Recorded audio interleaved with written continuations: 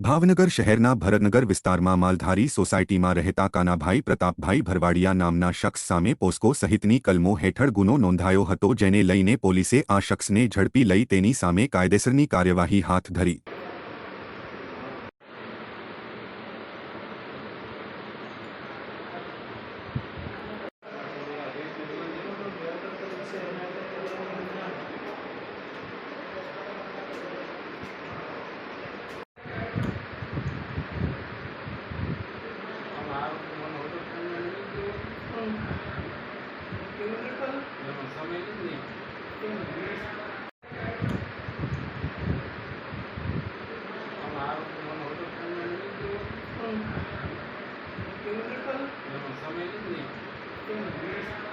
Thank you.